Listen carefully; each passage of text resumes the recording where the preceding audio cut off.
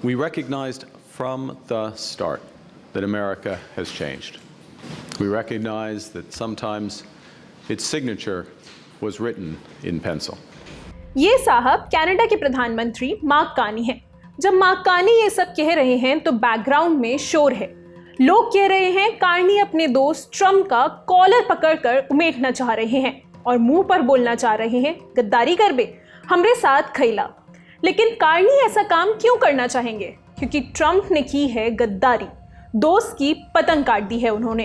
दोस्त है कनाडा, वही देश जिसकी अमेरिका से यारी के कसीदे पढ़े जाते हैं, दोस्ती की मिसालें दी जाती हैं, जिसके लिए कहा जाता है कि सीमा पार करने के बाद सिर्फ देश का नाम बदला है, रूह तो वही है। लेकिन अब उसी कनाडा को ट्रंप ने धोखा दे दिया है, जिस कनाडा ने अमेरिका का हर मुश्किल घड़ी में साथ दिया, लिटरली खून पसीना बहाया, उस पर ट्रंप ने 50% टैरिफ लगा दिया है। धमकी दी है कि कनाडा अमेरिका के टुकड़ों पर ही पल रहा था और अब उन टुकड़ों को छीन लिया जाएगा। गुस्साए कनाडा ने भी जस को तस देने की बात कही है। कैसा तो आदमी है ये, लेकिन ट्रंप ने ये गद्दारी क्यों की?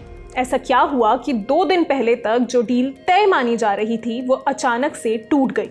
ट्रंप कनाडा पर इतना क्यों बिफरे हुए हैं? और मार्क कार्नी ने जो हिम्मत दिखाई, क्या वो अमेरिका और कनाडा के बीच की खाई को और गहरा कर देगी? आज इसी पर बात करेंगे। नमस्ते, मैं हूं निकिता और आप देख रहे हैं ललन टॉप का अंतर्राष्ट्रीय प्रसंगों से जुड़ा रोजाना का कार्यक्रम दुनियादारी।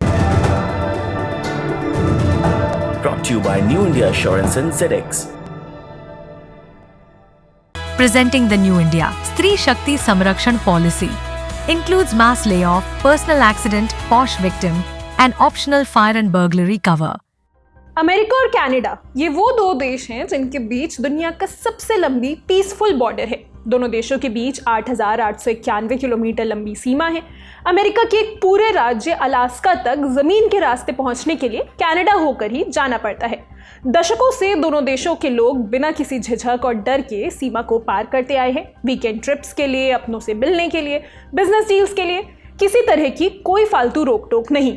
अमेरिका और कनाडा के रिश्तों को अक्सर दुनिया का सबसे सफल द्विपक्षीय रिश्ता कहा जाता है। 20वीं सदी के ज्यादातर हिस्से में ये सिर्फ एक नारा नहीं बल्कि हकीकत भी था। पहले विश्व युद्ध में लौटिए 1917 में कनाडाई सैनिकों ने विमी रिज पर हमला किया, जो कनाडा की राष्ट्रीय पहचान को आकार देने वाली लड़ाइयों में से एक मानी जाती है। उस वक्त अमेरिका युद्ध में शामिल भी नहीं हुआ था। बाद में जब अमेरिका युद्ध में उतरा तो कनाडा और अमेरिकी सैनिकों ने साथ मिलकर भी लड़ाई लड़ी। कोल्ड वॉर में भी इसी दोस्ती की बानगी देखने को मिली। 1979 में ईरान में जब अमेरिकी दूतावास पर चरमपंथियों ने हमला किया तो 6 अमेरिकी डिप्लोमैट्स भागकर कनाडाई दूतावास पहुंच गए। कनाडा के राजदूत कैन टेलर ने उन्हें महीनों तक छिपा कर रखा और फिर फेक कैनेडियन पासपोर्ट्स की मदद से उन्हें ईरान से बाहर निकालने में मदद की। अमेरिकी ने बाद में इस पूरे ऑपरेशन को कैनेडियन केपर नाम दिया। डिप्लोमैट्स की सुरक्षित घर वापसी के बाद अमेरिका में थैंक यू कनाडा का बैनर लटकाया गया। अमेरिकी कांग्रेस ने इसके लिए कनाडा को औपचारिक रूप से गोल्ड मेडल ऑफ थैंक्स भी दिया। 11 सितंबर 2001 के हमले में भी कनाडा ने अपनी दोस्ती निभाई।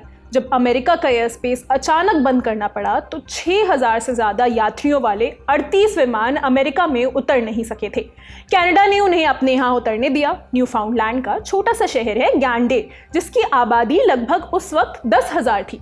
उस शहर ने रातों रात करीब 7,000 फंसे हुए यात्रियों के लिए अपने घर, स्कूल और सामुदायिक जगहें खोल दी। यानी अमेरिका और कनाडा का रिश्ता सिर्फ संधियों या सैन्य समझौतों का नहीं था। जब अमेरिका को सबसे ज्यादा जरूरत पड़ी तब कनाडा ही कई बार उसके साथ खड़ा दिखाई दिया।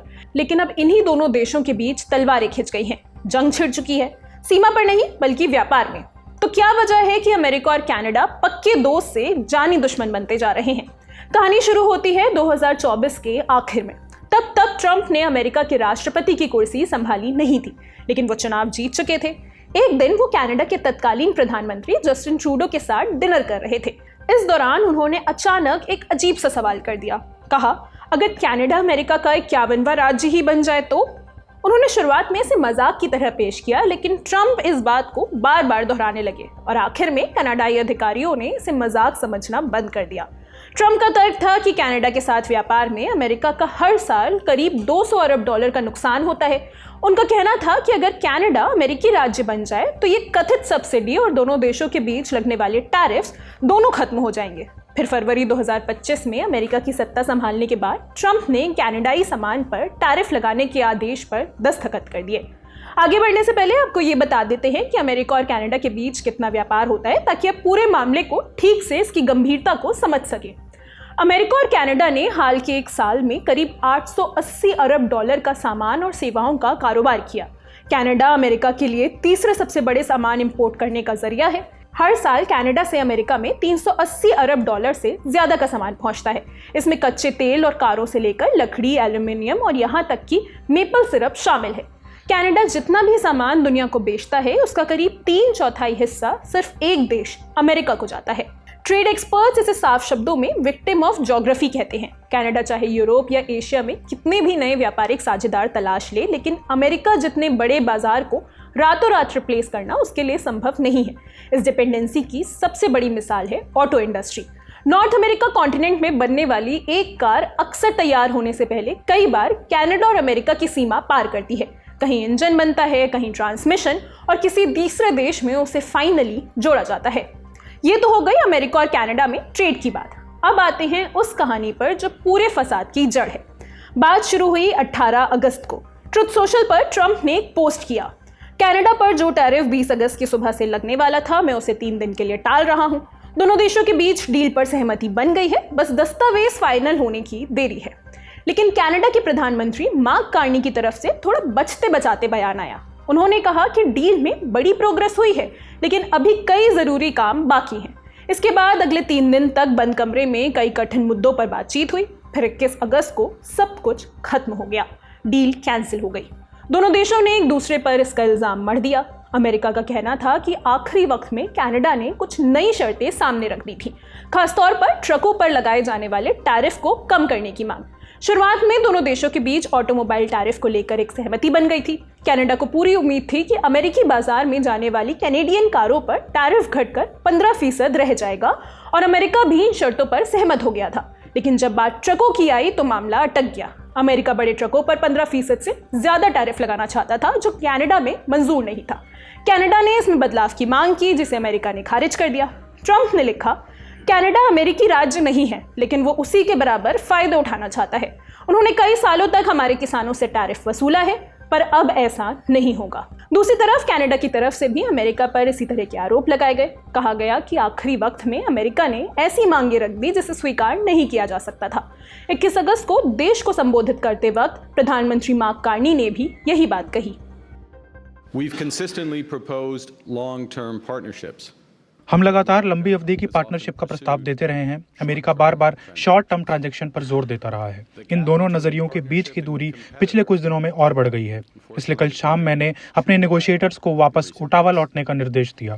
हम अमेरिका की तरफ से रखी गई शर्तों को स्वीकार नहीं कर सकते, और जो मांगे हमसे की गई हैं उन्हें भी पूरा नहीं करेंगे। कनाडा और वाशिंगटन के नए टैरिफ्स का डॉलर फॉर डॉलर जवाब देगा। What they've asked. Canada will match Washington's new tariffs dollar for dollar in order to protect Canadian workers, farmers, families and businesses. अब सवाल है कि अमेरिका और कनाडा के बीच बात फंसी कहाँ? मार्क कार्नी ने डील टूटने की 3 वजहें गिनाई हैं। पहली वजह थी व्यापार करने की आज़ादी। कनाडा के प्रधानमंत्री ने बताया कि डील फाइनल होने से पहले आखिरी समय में अमेरिका ने कुछ नई शर्तें रखी। इनमें ऐसी पाबंदियां शामिल थी जो दूसरे देशों के साथ व्यापार समझौता करने की कनाडा की क्षमता पर असर डालती। कार्नी ने इसे कनाडा की संप्रभुता से जुड़ा मामला बताया। कार्नी की माने तो अमेरिका ये तय करना चाहता था कि कनाडा किससे बिजनेस करे और किससे नहीं। ट्रंप के सत्ता में आने के बाद से ही कनाडा ने दूसरे देशों के साथ ट्रेड डील्स पर ज्यादा ध्यान देना शुरू कर दिया था। रिपोर्ट्स के मुताबिक पिछले 1 साल में कनाडा ने 20 नई डील साइन की हैं। उनमें यूएई, ईयू, इंडोनेशिया जैसे देशों के साथ डील्स शामिल है। भारत के साथ भी ऐसे ही एक डील पर बातचीत चल रही है, लेकिन ट्रंप इस आज़ादी को छीनना चाहते थे। दूसरे जिस मुद्दे पर बात फंसी वो था फ्रेंच भाषा की वजह से ट्रेड में दिक्कतें। कनाडा का सबसे बड़ा प्रांत है क्यूबेक। यहाँ करीब 90 लाख लोग रहते हैं। क्यूबेक की आधिकारिक भाषा है फ्रेंच। क्यूबेक मूल रूप से न्यू फ्रांस था, जहाँ 1600 के दशक में फ्रांसीसी उपनिवेशवादी बसते आए थे।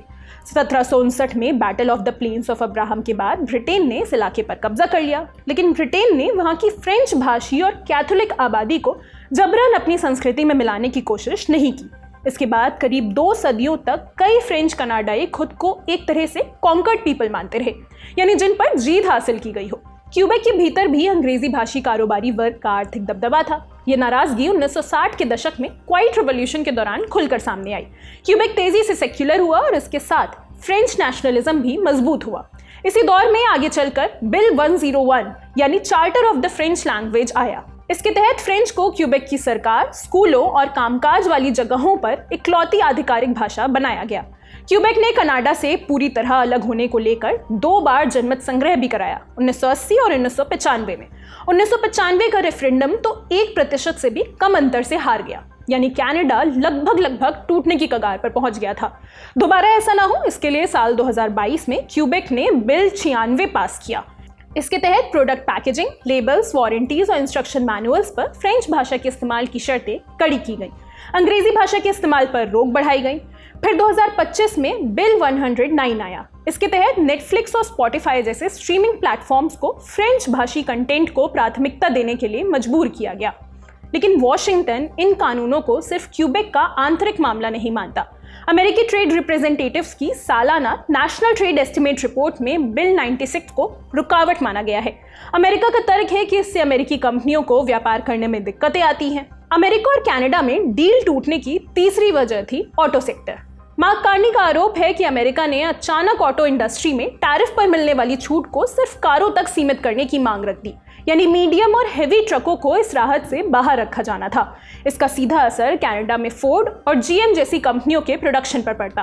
कार्नी के मुताबिक ये शर्त पहले की बातचीत में शामिल नहीं थी। मोटा माटी यही वो मुद्दे हैं जिन पर दोनों देशों में बात नहीं बन पाई। ये बात सच है कि ट्रेड वॉर छिड़ने से अमेरिका से ज्यादा नुकसान कनाडा को होगा। एग्रीकल्चर, एनर्जी, फूड प्रोडक्ट्स, इन सबको बेचने के लिए कनाडा अमेरिका पर निर्भर है। इसके अलावा वो अमेरिका से ही तेल भी खरीदता है। ऐसे में डील जितने दिन अटकी रहेगी, झेलना ज्यादा कनाडा को ही पड़ेगा। मार्क कार्नी भी ये बात जानते हैं, लेकिन इसके बावजूद उन्होंने ट्रंप की मनमानी के सामने खड़े होने की जो हिम्मत दिखाई है, वो अब तक सिर्फ चीन के राष्ट्रपति शी जिनपिंग और इटली की प्रधानमंत्री जॉर्जिया मेलोनी की तरफ से ही देखने को मिली थी। चीन ने भी पिछले साल ट्रेड वॉर के वक्त ट्रंप को टिट फॉर टैट दिया था। बाद में ट्रंप को ही पीछे हटना पड़ा था। लेकिन चीन की बात और है। वो अमेरिका से सीमा नहीं साझा करता, अपने एक्सपोर्ट के लिए उस पर निर्भर नहीं है। चीन और इटली को हटा दें तो समूचे यूरोप, एशिया और अमेरिकाज में इतना दम किसी देश में नहीं था कि ट्रंप को चुनौती दे सके। सभी ने अपमान का घूंट पिया और एक एक करके घुटने टेक दिए। मार्क कार्नी की हिम्मत ने इस वक्त उन्हें कनाडा ही नहीं, पूरी दुनिया में हीरो बना दिया है। उन्होंने ये साबित कर दिया है कि चींटी भी अगर ठान ले तो हाथी की नाक में दम कर सकती है। बड़ी खबर यहीं तक। अब सुर्खियां। क्या डोनाल्ड ट्रंप और बेंजामिन नेतन्याहू के बेटे ईरान के निशाने पर हैं?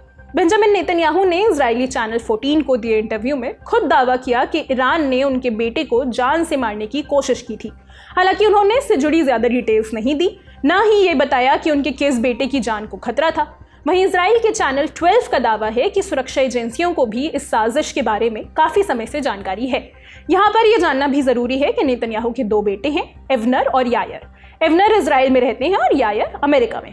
दूसरी तरफ रिपोर्ट्स हैं कि ईरान के सरकारी मीडिया में डोनाल्ड ट्रंप के सबसे छोटे बेटे बैरन ट्रंप की हत्या के लिए उकसाने वाले कंटेंट चलाए जा रहे हैं। CNN की एक रिपोर्ट के मुताबिक ईरान के सरकारी चैनल IRIB में इस तरह का एक वीडियो चलाया गया था। वीडियो के शुरू में लिखा था, बैरन ट्रंप की हत्या कहाँ करें। फिर उन जगहों को दिखाया गया जहां बैरन ट्रंप रहते हैं, जैसे न्यूयॉर्क का ट्रंप टावर। इसके बाद आखिर में कहा जाता है कि लोग हमारा $1 करोड़ का इनाम पाने के लिए बेसब्री से इंतजार कर रहे हैं। बता दें कि IRIB कट्टरपंथी समर्थित चैनल है। इसके प्रमुख को ईरान के सुप्रीम लीडर अपॉइंट करते हैं। दावा है कि ट्रंप के परिवार के अन्य सदस्यों को निशाना बनाने वाले वीडियो भी इसी चैनल में चलाए जाते हैं। अमेरिकी सीक्रेट सर्विस ने कहा है कि उन्हें भी इस तरह के वीडियोस की जानकारी मिली है। अगली खबर। अमेरिकी ट्रेजरी सेक्रेटरी स्कॉट बेसेंट ने 24 अगस्त को ईरान के खिलाफ नए प्रतिबंधों का ऐलान किया, जिसे ट्रंप ने इकोनॉमिक डी-डे बताया था। हालांकि स्कॉट बेसेंट ने डी-डे जितना बड़ा कोई ऐलान नहीं किया। 60 अलग अलग लोगों, कंपनियों और जहाजों पर प्रतिबंध जरूर लगाए। साथ ही चेतावनी दी कि जो देश ईरान के साथ व्यापार करेंगे उन पर सेकेंडरी सैंक्शंस लगाए जाएंगे। ये चेतावनी इकोनॉमिक डी-डे की अनाउंसमेंट के वक्त भी ट्रंप ने दी थी। कहा था कि जब सैंक्शंस अनाउंस होंगे तब इन देशों पर क्या एक्शन लिया जाएगा वो भी बताया जाएगा, लेकिन अभी फिलहाल ऐसी कोई घोषणा नहीं हुई है। इसकी धमकी ट्रंप पहले भी दे चुके हैं। स्कॉट बेसेंट ने ईरान के digital assets, technology, gold, aviation और शिपिंग सेक्टर को भी प्रतिबंधों के दायरे में लाने का ऐलान किया। कुल मिलाकर ट्रंप प्रशासन ने माहौल बनाया था कि ईरान के खिलाफ कड़े आर्थिक कदम उठाए जाएंगे, लेकिन उस लेवल का कोई भी एक्शन नहीं हुआ। कयास ये भी थे कि अमेरिका चीन के खिलाफ भी कुछ कदम उठा सकता है, क्योंकि ईरानी तेल का सबसे बड़ा खरीदार वही है। लेकिन स्कॉट बेसेंट ने इस पर भी कुछ नहीं कहा। जब उनसे पूछा गया कि क्या अमेरिका किसी चीनी बैंक के खिलाफ कार्रवाई कर सकता है, इस पर बेसेंट ने गोलमोल जवाब दिया। कहा कि कोई भी देश अमेरिकी प्रतिबंधों की पहुंच से बाहर नहीं है। दूसरी तरफ ईरान ने कहा कि वो अमेरिकी सैंक्शंस का कड़ा जवाब देने के लिए तैयार है। इस बीच पाकिस्तान फिर से अमेरिका और ईरान के बीच समझौता कराने में जुट गया है। पाकिस्तानी सेना के प्रमुख आसिम मुनीर और गृह मंत्री मोहसिन नकवी ईरान पहुंचे हैं। 24 अगस्त को उन्होंने ईरान के राष्ट्रपति मसूद पेज़ेश्कियान, विदेश मंत्री अब्बास अरागची और ईरानी नेशनल सिक्योरिटी काउंसिल के प्रमुख मोहसिन रिज़ई से मुलाकात की। पाकिस्तानी सेना ने बयान जारी कर बताया, ये मुलाकात अमेरिका और ईरान के बीच चल रहे तनाव को कम करने और क्षेत्र में शांति बहाल करने की कोशिशों का हिस्सा है। बातचीत में हालात को और बिगाड़ने से रोकने, हॉर्मुज़ स्ट्रेट को दोबारा खोलने और दोनों देशों के बीच विवाद को जल्द खत्म करने के तरीकों पर चर्चा हुई। न्यूज़ एजेंसी रॉयटर्स के मुताबिक मुनीर ने ईरान जाने से पहले डोनाल्ड ट्रंप से भी फोन पर बात की थी। ऐसे में सवाल ये भी है कि क्या मुनीर ट्रंप का कोई संदेश लेकर ईरान गए थे। फिलहाल इतना जरूर है कि पाकिस्तान फिर से अमेरिका और ईरान के बीच मध्यस्थता कराने की कोशिश कर रहा है।